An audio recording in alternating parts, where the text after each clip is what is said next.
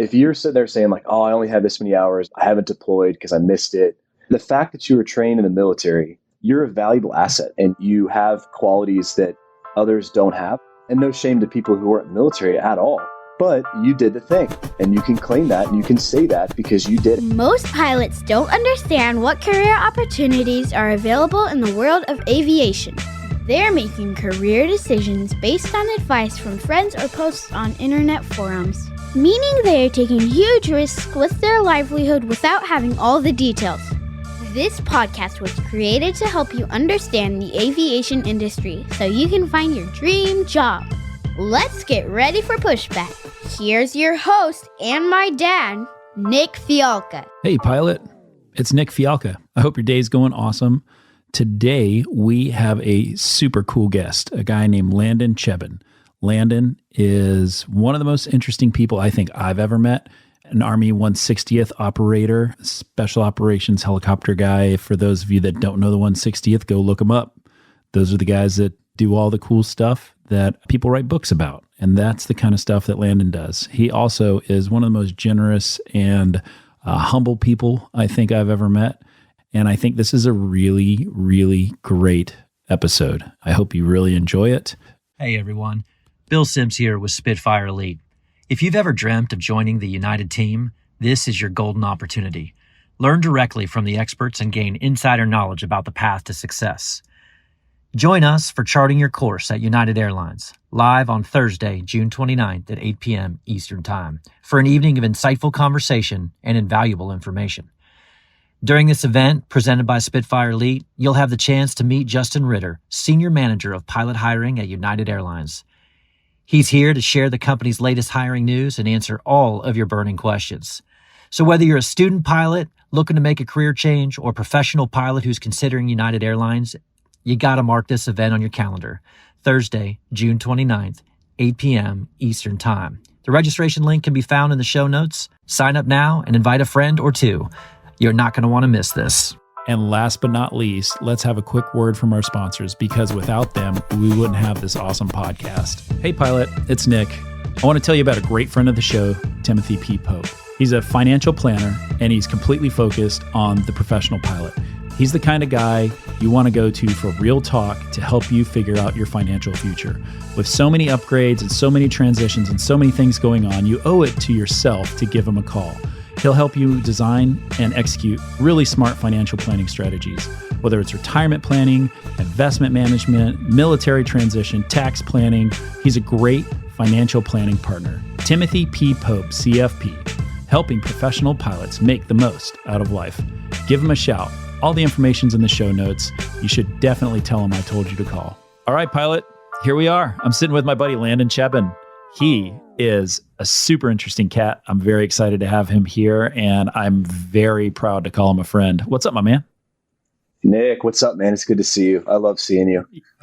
Well, we can see each other. The pilot listening cannot see us, but you would be glad to know that Landon's on an overnight, and he is, where are you, Vegas? Is that where you are? I'm in the Las Vegas, yes. The Las Vegas. Have you gambled since you've been there? I've gambled all sleeping for my 8 hours. I'm going to do this, take a nap, and then fly red eye back to hot Atlanta. Hot Atlanta. That's right. Yeah. So Landon is a very interesting guy. And this podcast today is going to be focused a lot on the helicopter world. Proud to be a helicopter guy. Landon is definitely a proud helicopter guy. And he's also the person who is trailblazing for all the rest of you helicopter guys and gals out there. Landon is the person who came through Frontier Airlines training last year to show that a straight rotor guy could make it through the program and do great and stay with the company and be successful. So hats off to Landon. And dude, I want to talk about the whole process, right? Because I think about the guys and gals that are at home that are maybe a year, 2, 3 years out that are currently flying in their units. They are burning down the house with a collective, but they know that they want to get in and jump into the aircraft and fly fixed wing. So what do you say to them? Like, kind of lay out your story, and then let's kind of talk about the ins and outs of all that. Yeah, no, that's great. I appreciate it too. And thanks for the intro. I don't really take credit for anything that I've done. I've been super lucky, super blessed to just be surrounded by awesome people. I mean, it's really about just being kind to people and networking and everything. I came from the 160th from Special Ops Unit flying Blackhawks for about 6 years and just surrounded by giants. I am nothing. I am not worthy. The men and women there are just amazing people. And being in that place made me feel not small in a bad way, but just there's so much talent. There's so many great people out there just willing to give of themselves to help others, to get the mission done. And really it developed me to understand that it's not really about you. It's about how you can contribute to a team, right? So after leaving the Army, I went to Infinity Flight Group up in New Jersey on a skill bridge too, which hopefully we'll get to talk about later a little bit. Of course. I went up there and got all my ratings. And again, just tried to kind of follow the traditions of just putting yourself out there, helping others, giving value, right? Being intentional, not just being selfish and getting what I want for me, right? I could have easily gone there and just sat in the Cessna, got my hours, went home, applied on the internet, to get a job, etc. But try to help out, right? So me and a guy named Dave Piggott is my guy. We shot a couple videos for the school. Hey, here's what the school's about. Here's how you can prepare yourself. Here's what you need to come ready with. And we posted it. I think we made like 4 or 5 videos. And not to say that we did anything special, but we sought to help others. We sought to look behind us and say, what would have I wish I would have known before coming here? What anxiety did I have? What questions? And then just kind of putting yourself out there. Through that, we got to know the owner pretty well. And he's awesome. The school's awesome. And then RTAG too. I mean, active in RTAG, Rotor to Airline Group. They got a conference every year, October timeframe.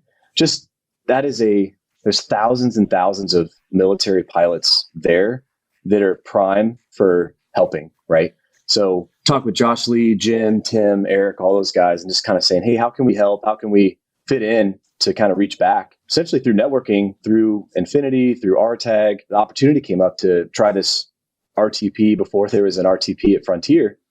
And again, super thankful too. I mean, like I said, I'm nothing special. I'm a guy that tries to do the right thing, tries to help others, tries to be on time, know what I'm supposed to know, study, etc., and just show up prepared, right? And that's really, when you think about it, that's what anyone really wants, right? Whether you're flying an airplane or you're working at Starbucks or whatever, like you want someone to show up on time, do their job, be prepared, be pleasant, be a good communicator. So yeah, after some guys at Frontier went through a couple interviews and go to ground school in October last year, so I've been here for about a year. It's been great. I mean, there's had some difficult parts, right? Learning a jet, learning flows, call outs, profiles, energy management. Biggest thing for me was learning 121 stuff. I mean, my whole class just about was regional guys and girls, and they already knew that stuff. And I'm sitting here viciously taking notes. My sim partner, Kevin, that poor guy, he carried me through that course. I'd go home at night. We'd sit at the hotel lobby and I'd be like, all right, Kevin, I've got about a dozen questions about this, that, and the other. And he helped me work through it. So yeah, just having that humility, just having the ability to say like, hey, I don't know everything.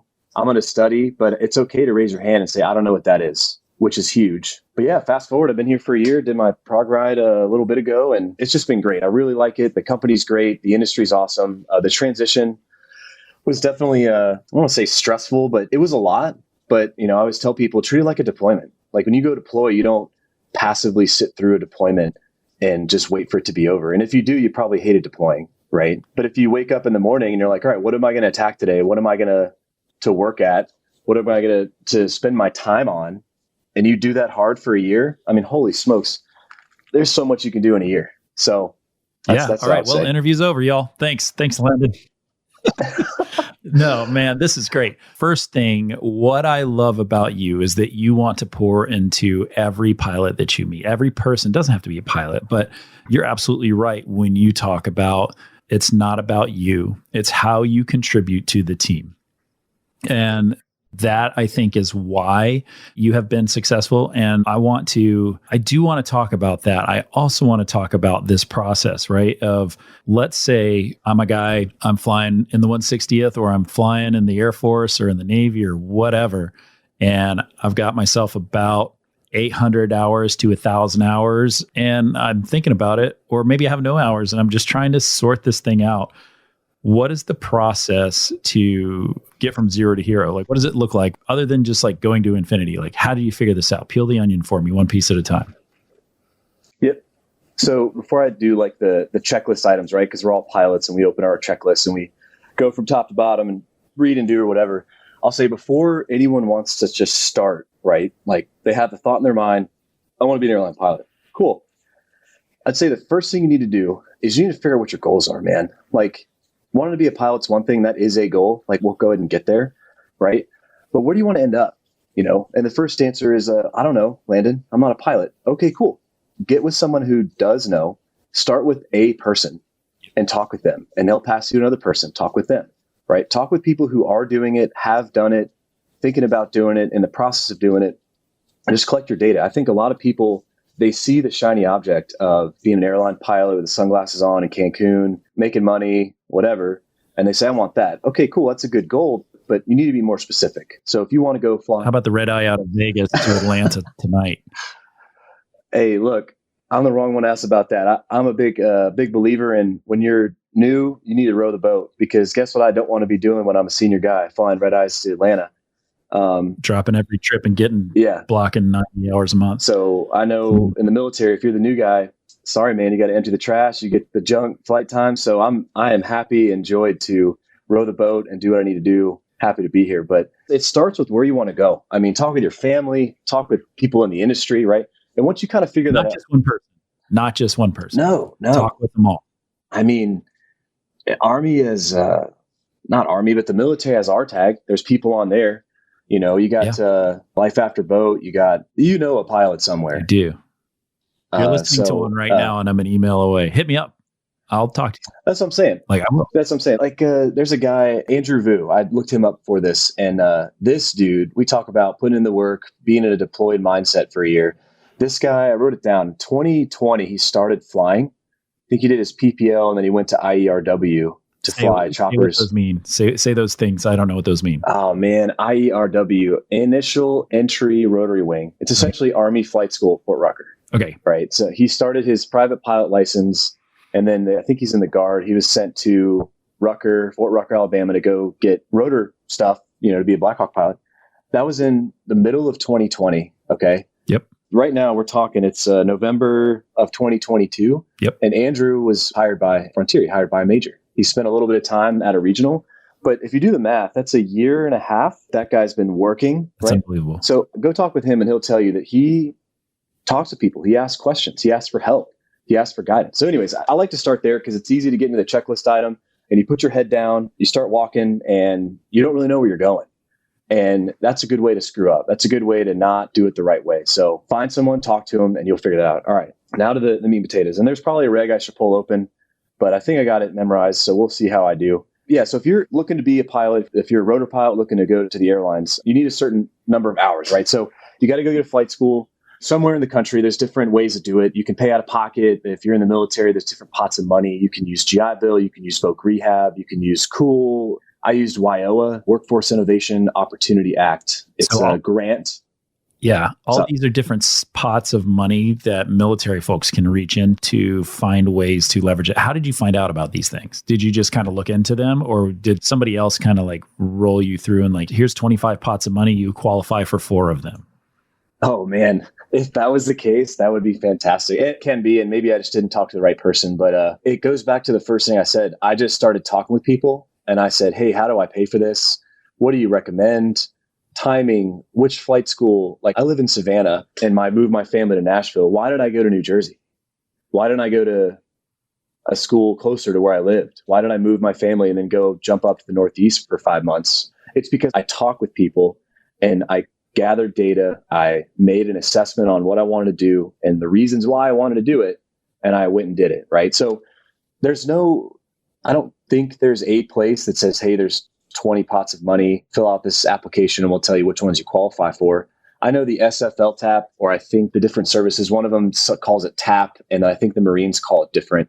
It's essentially your transition office at whatever base you're at. You go in there before you leave. You have to go through this transition, like offboarding process. They are a wealth of knowledge as well. They should have all of the different pots of money and just advantages you have as a veteran in terms of funding, that's a great place to start. Go in there and start talking with people. If you haven't figured it out by talking to other people who've done it, you can find ways to pay for this training without coming out of pocket, right? So you did yours with GI Bill and with the Oahu, whatever. What was your acronym? Yeah, I got my multi-commercial and my time build with GI Bill, which is amazing. That's an amazing tool. And then I got my CFI and my ATP with WIOA, Workforce Innovation Opportunity Act. It's a Department of Labor function, and it's state dependent, which I know is not helpful for everyone. But again, it goes back to that first principle. Give you a piece of data, settle in and pursue it. Work and call people. And I think for me, 4 people told me, no, we don't do that for aviation programs, right? Which is like, dang. But network, called this guy, called this person, and they said, no, you got to call this gal and she'll help you out because I was in Georgia at the time. Called the gal. Oh yeah, we've got all kinds of grants for that. Let's talk.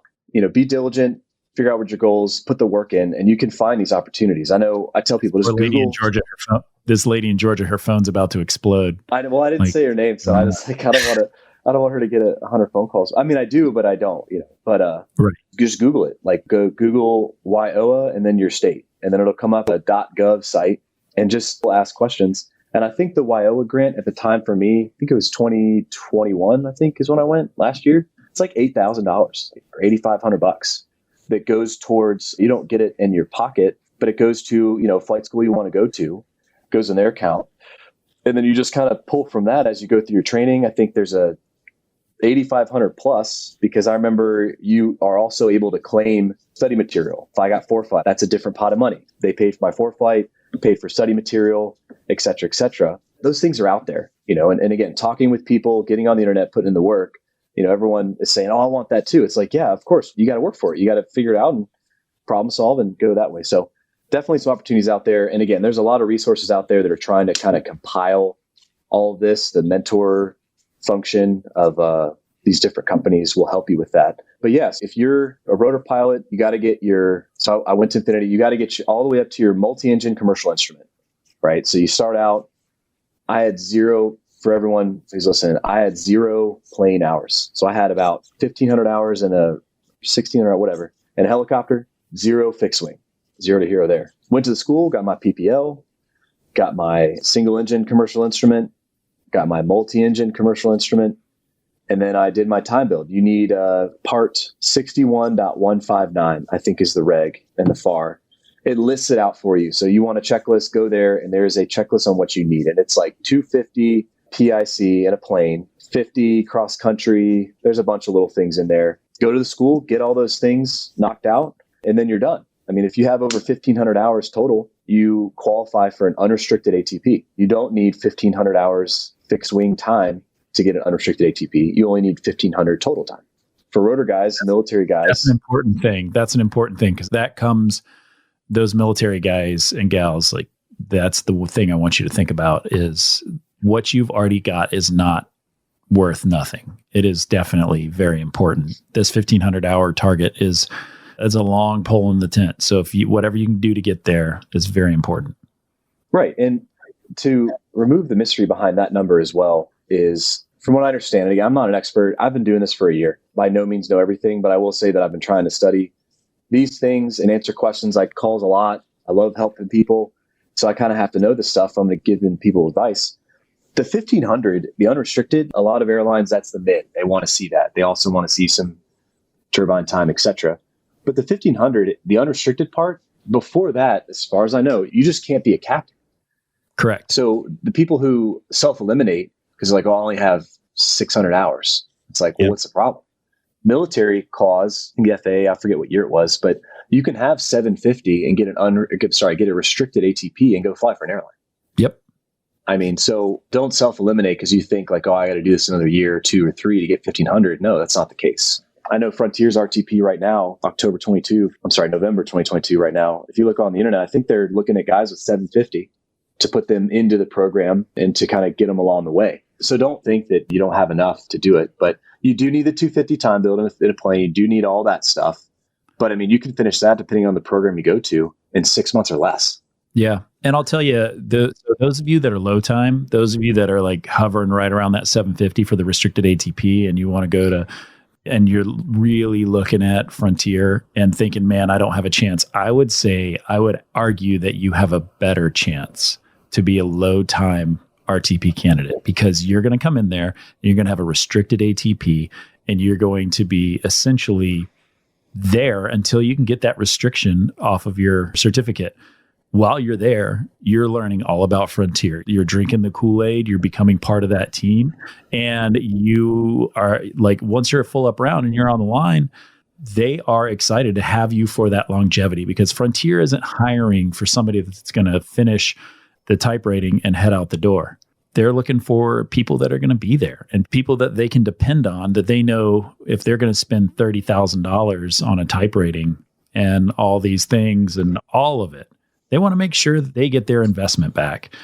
That's the conversation. When you're sitting in that interview and they say, why Frontier? You're going to give them your why Frontier. And the very next question, guarantee it, is how do we know you're not going to leave us for United tomorrow? And you're like, listen, I'm at 750. I am here. I'm here to party. Like, let's go. Get me in the bus. Get me flying. It's going to be a lot of fun. And you just fly with the best people, and you have great overnights, and you have great scheduling flexibility and all sorts of awesome things. So probably went a long way around to say, low time guys and gals, don't count yourself out. You are a little bit of a unicorn for them. So keep going. Yeah, I know. I love that too. I love how we're weaving through all this stuff too. The feedback I've gotten from captains I've been flying with is, and I say this because I want to encourage everybody to kind of keep it going. And I'm obviously super biased because I'm former military and former rotor guy. The feedback I've been getting is that, man, you rotor guys are really squared away. And I say, well, how so? And they say, well, you guys show up prepared. You guys know what you should be doing. You do your job. You're good pilots. You guys fly the plane just fine. But you come eager to, like, I think in the Army, they call it crew coordination. In the airlines, they call it crew resource management. The Army, in their litany of acronyms, has another acronym for CRM, which is funny. You know, in the Navy, we call it CRM. So we're you guys are better than us. I get it. We got a big game next week too, Army Navy game. That's good. That'll be fun. Be Navy. Yeah, it's. I went to the Citadel, so we play middle schools. It's okay.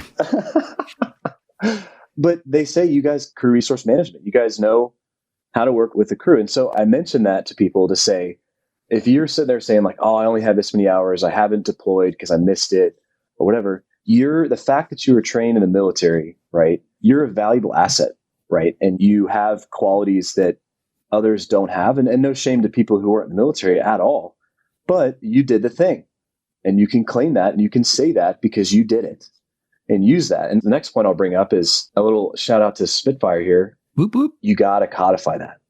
Yeah. You have to communicate that. I work with Skybridge, and we help people all the time transition. And I say, send me your resume. And it's literally your OER, your officer evaluation report, or what's the Navy call it? Something different. We call them fit reps. Fitness reports. That's right. It's a huge, but the Army's is so much better. So much better. Gosh. They send me this resume that's essentially a conglomerate of all their fit reports and OERs on a resume piece of paper, right? And that's trash. It is trash. And what I would love to communicate is I just got done saying that rotor pilots have great feedback from line captains who've been doing this for 30 years, right? Which is huge. I've not heard a single captain saying, you rotor guys land here. You guys don't know how to use the systems. 0, 100%, bat 1,000. You guys are great. To codify what you have in a resume, it cannot be, I was responsible for 130 soldiers and equipment in excess of $15 million. Nobody cares. Nobody cares. Like, it has value to a certain degree. I don't want to say it's invaluable, but it's definitely worth less. How do you state what you did in the military that applies to flying an Airbus? Right. Yeah, so I always leadership, say, right? Yeah, leadership. There's 3 things I always say. I say safety, right? Safety, safety, safety. We all do the safety stand down days. We take the briefings. We got online classes, FOD walks, etc. Crew resource management, right? 100%.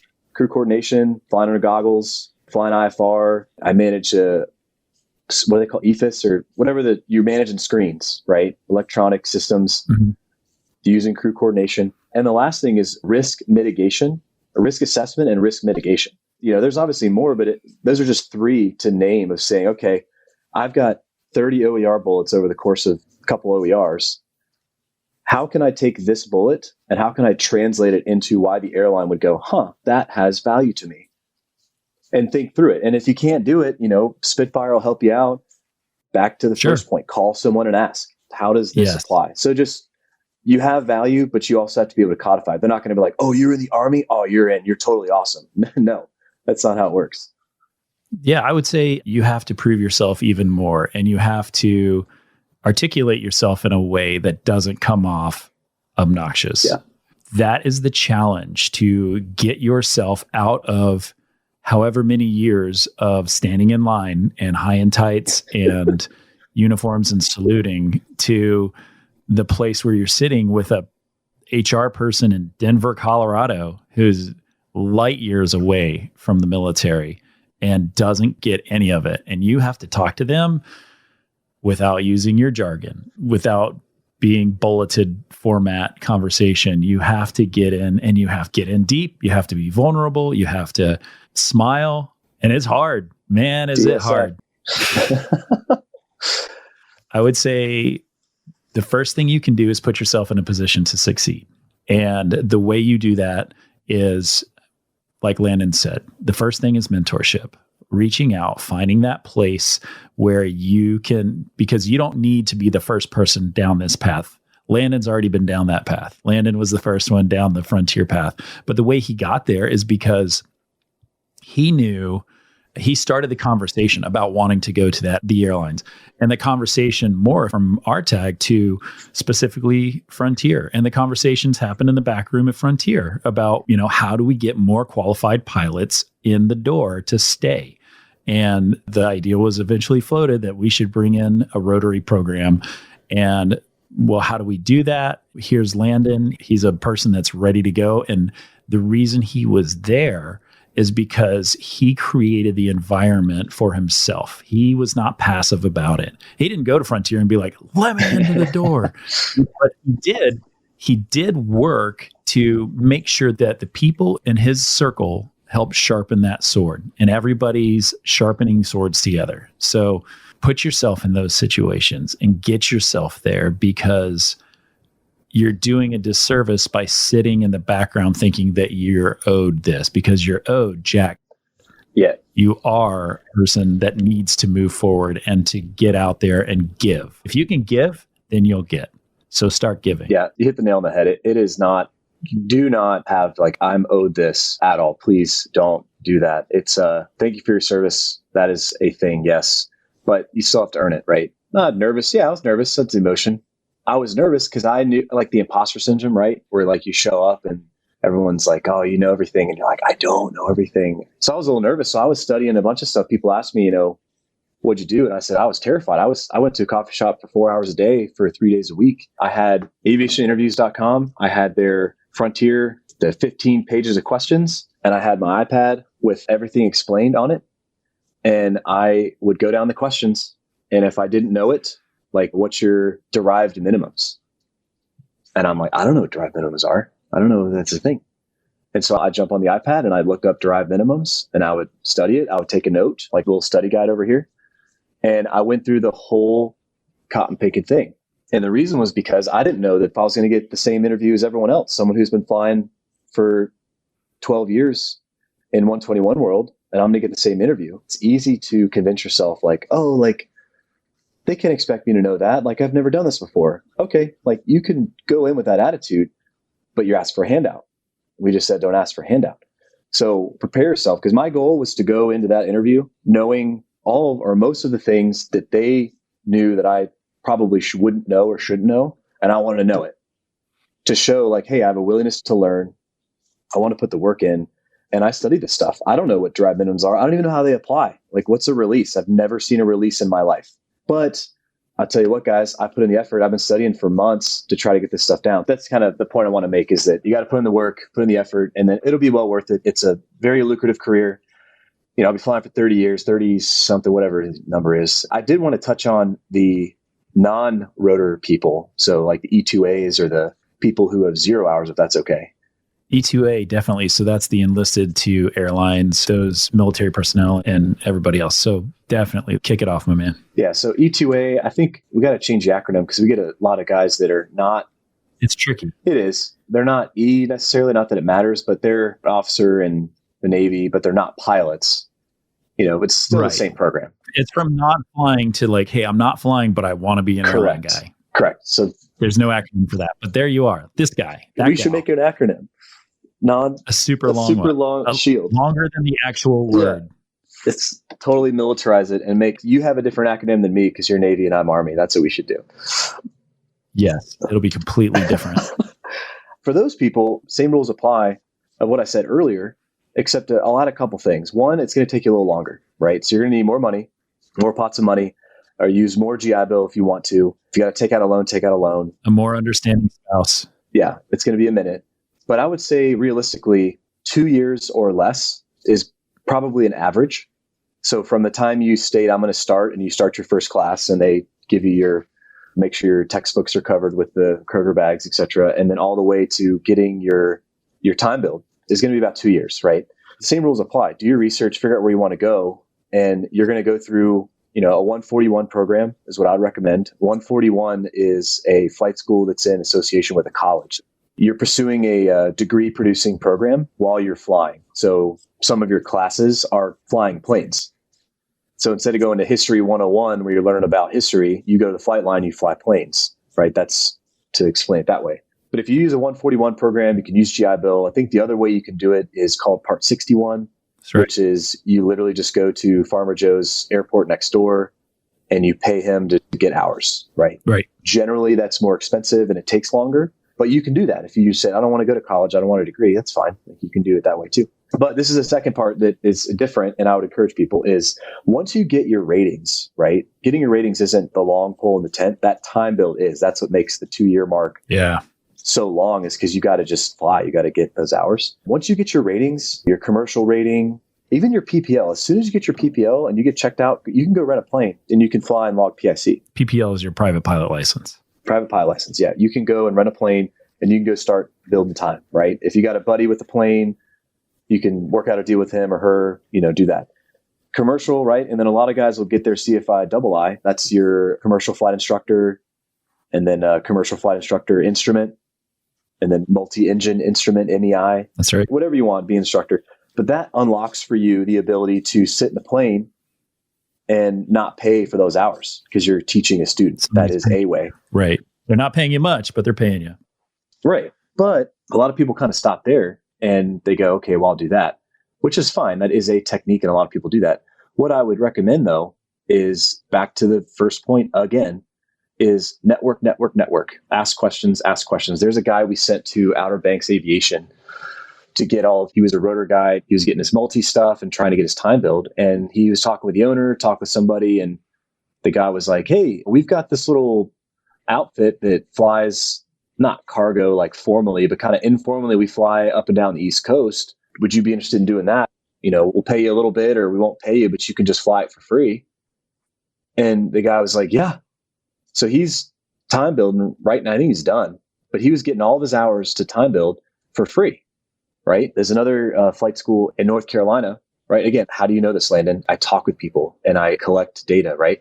There's another flight school in North Carolina near Raleigh that you go through their program. And obviously, if you perform to standard, they have a partnership with a cargo company nearby that'll allow you to fly a twin turboprop airplane, single pilot.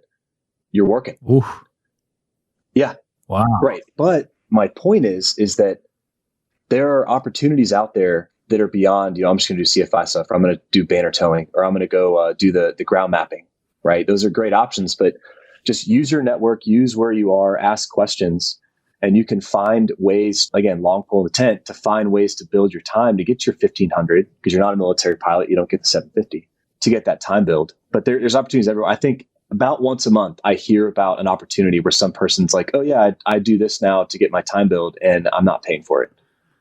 There are so many interesting ways to build time, and to bring it around to how we started. And he's been saying it all day. It's not what you know, it's who you know. And if you don't know them, reach out and get that mentor, get those mentors, get those people who have already done it, or somebody that's got an idea or knows a guy or whatever, and start pulling that thread, because you have to make it happen for yourself. And if you are a good person and if you're transactional about it, it's never going to work out. But if you are honest and it's important to you and the people you're working with are important to you, that is where the real payment comes. And you'll have these mentors and friends for your entire life, which is extra awesome. And someday you're going to go from that kid looking for a way to get a couple hours to the person that's getting the phone call to say, hey, look, I've got a buddy, I've got a kid, I've got a whatever who's looking to go do this. Where do we even start? What do we even do? And so it will be your opportunity to help. So I challenge you with that. Landon mentioned it a little while ago. He works with Skybridge. He is one of the owners. We've talked to Austin Roth, his business partner.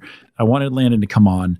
When we talk on the phone like this right here, like this is just kind of one of our conversations. We do this 3 times a week, and it's awesome. And I love it. And I think Landon loves it too. The things that we talk about, we think are important for you to hear. And the Skybridge portion of this is extra awesome because it is the fact that you can reach out if you want to, if you're a military member and you are thinking about aviation. The best thing you can do is go and give them a call, go to the website, fill out the form, which is awesome. Listen to the other episode that we've got posted. I'm sure, make sure that my team posts that in the show notes, that we post the episode link as well as a link to Skybridge. I think we should also do those links for the GI Bill and WIOA and all those things so that you can find those pots of money a little bit easier too. So we'll get as many of those in the show notes as we can as well. Landon, I really appreciate you spending time. Thank you for just pouring this knowledge into the pilot that just want to make everybody better and get them where they want to be so that they can succeed. So thank you for being a huge part of that success. No, thanks for having me. And I love doing it. I love chatting with you. We talk a lot and we're like, man, we should record these just because there's a lot there. So I'm glad we're doing one. We should do more. We should. I think as people go about doing this, I know there's a lot of anxiety and stress. I would say, don't forget to have fun, right? You fly a plane, man. Like your office is at 30,000 feet or whatever you're at. I mean, enjoy it. I mean, I'm enjoying it. I'm happy to help people because I don't have this animosity towards what I do to make money, right? I enjoy the industry. I enjoy flying. I enjoy the pilot group, pilot population in general at large is just, don't forget that you're still a pilot. You have that in you. And because if you don't, you're going to get through it and you're going to be tired and exhausted. And you're not going to want to help others. And if you get through and you don't want to help someone else, then why'd you do it? That's right. So I'm happy. Nick, thanks so much. I love chats with you and hopefully we can do more of them. And again, if anyone has any questions, I'd be happy to help and tell you what. And I don't know everything. I mean, shoot, I don't know much at all. I may know someone who does. So let me connect you with that person and we'll get you going. So that's right. If we don't know, we'll help figure it out. Landon Cheben, you're my hero. Thank you for being here, my friend. Dude, thanks for having me. It's been a joy. All right, brother. God bless.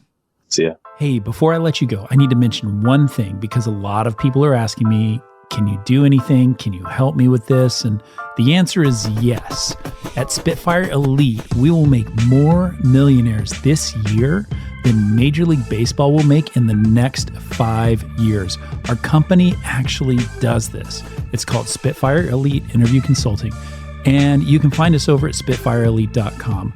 Our clients, they call us the easy button for interview prep because everything you need to crush your interview is there in one spot. Whether it's application review or interview prep, all of it is covered. We've helped thousands of clients who are now flying at their dream jobs because our coaches gave them the one-on-one feedback that they needed to succeed on the biggest day of their life.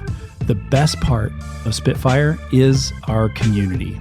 All Spitfire clients will get access to our private chats where they can work with each other and they can work with our coaches and get the latest information on all the airlines. If you'd like to make sure that you are 100% ready to go on your big day, there is only one choice. Everything you need is in one place, and I think it's pretty affordable. You'll have to take a look for yourself. Just go over to SpitfireElite.com and check us out. Use the coupon code podcast and it'll save you 10%. And by the way, I will see you on the next episode. The statements made on this show are my own opinions and do not reflect, nor are they under any direction from my employer.